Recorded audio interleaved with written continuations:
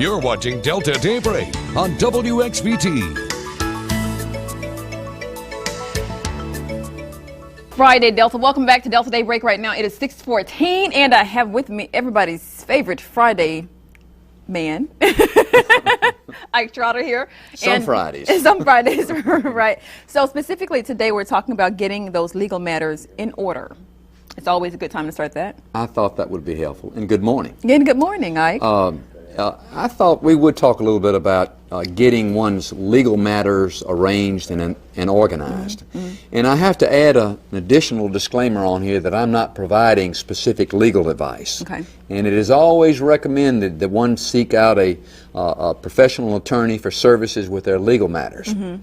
But with that being said and understood, I think establishing that your legal affairs are in order and communicated and organized mm-hmm. is one of the most important things that one can do over the lifetime, mm-hmm. particularly if they have assets or if they have a family they're wanting to protect. Right. Now, when we say, because usually when we think of getting your legal matters in order, we think about, okay, let's develop a will. But there's far more to it than that. That's a start. Mm-hmm. A will is very important, and we'll go to that in just a minute. Okay. One of the things that we need to look at is the fact if you've got a young family with small children, mm-hmm. it's very important to look at getting your legal affairs arranged. If you have young homeowners who have big debts and mm-hmm. 20 and 30-year mortgages, that's mm-hmm. important. Mm-hmm.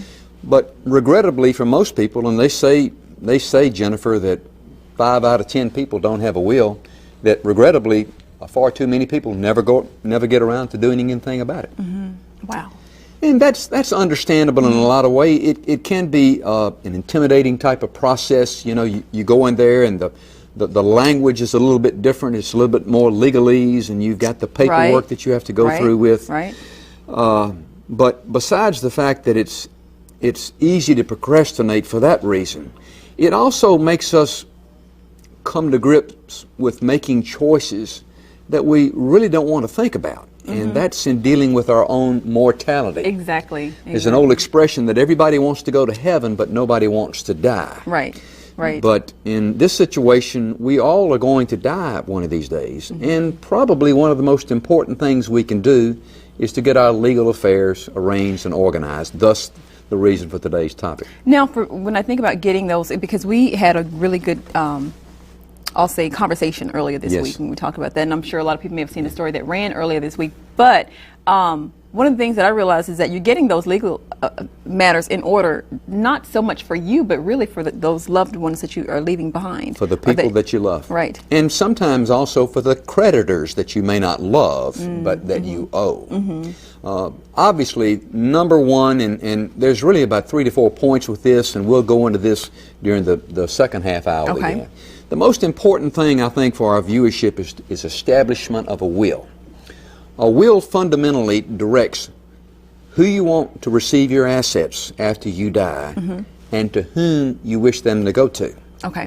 Now, in our society today, where estimates are that 1 out of every 3 marriages ends in divorce, mm-hmm. and where we're seeing increasing number of remarriages, where the union of a man and woman bring together their children from previous marriages, mm-hmm. then increasingly it's important to make sure that our legal matters are arranged, agreed upon, mm-hmm. and in place. Okay. To use some sports lingo, a will creates for a person a legal umpire. Now, the legal umpire here is in the establishment in the will of having an executor.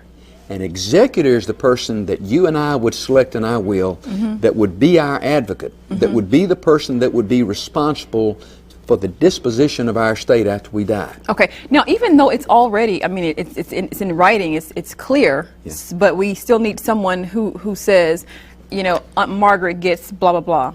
The children go blah, blah, blah. That's right. Okay. Now you're exactly right. Once again, the executor is your advocate. He's your person that's in charge of making sure that your estate is arranged and distributed mm-hmm. how you want it to have done. Mm-hmm. That's very important. You can't have a will without having an executor. For example, my wife is my executor. Okay. But then, you know, there's situations where you may want to have a successor executor in case a husband and wife die together. Another important thing, and this is particularly true for families with young children, is the establishment of a guardian if those children are under legal age. Right. And there needs to be someone to look after them.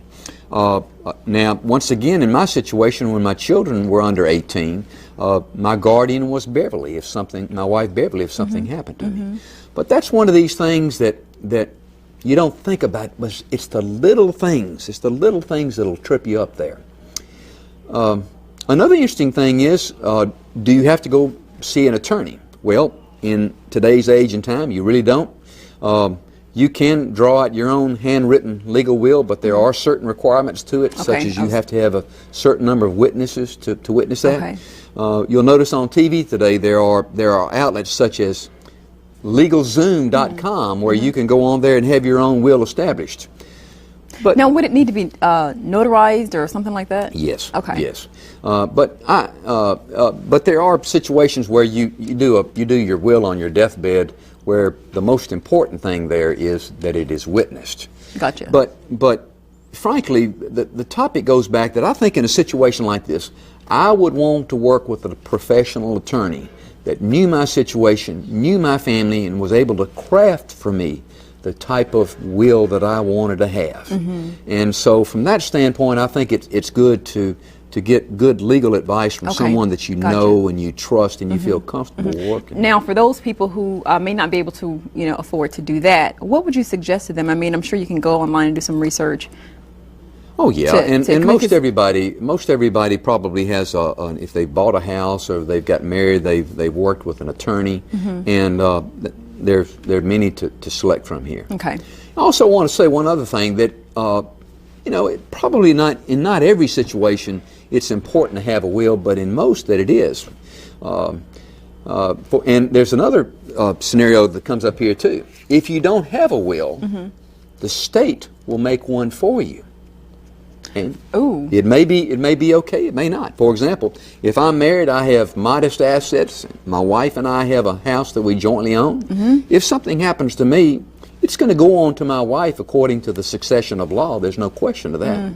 But the problem with that comes up, what about if I'm married and I own a house, but I also have 3 children? What'll happen then is that the asset will pass on to my wife, but she'll only get 1/4 of that. Interesting. Because my other 3 children will get the other 3/4. Wow. Okay. So those are the little things that'll trip you up there with that. Wow. Okay. And let me just ask you one last thing before we go. But does that matter, the age of the children? The age those children are? They have to be if they're over 18. It has to do with their age of majority or not. Okay. And that's one of those things you should talk to an attorney about. Gotcha. Okay. All right. Well, thanks a lot, Ike. We certainly appreciate that. Thanks. You always bring us those things that we need to know, but we don't necessarily want to think about. Well, I don't know everything either, but it's important to get started. Right. Exactly. All right. Thanks a lot, Ike, for joining us, and thank you all so much as well. We'll be right back, but first, of course, here's Stephen with a quick look at what's ahead for you in the world of sports. Stephen.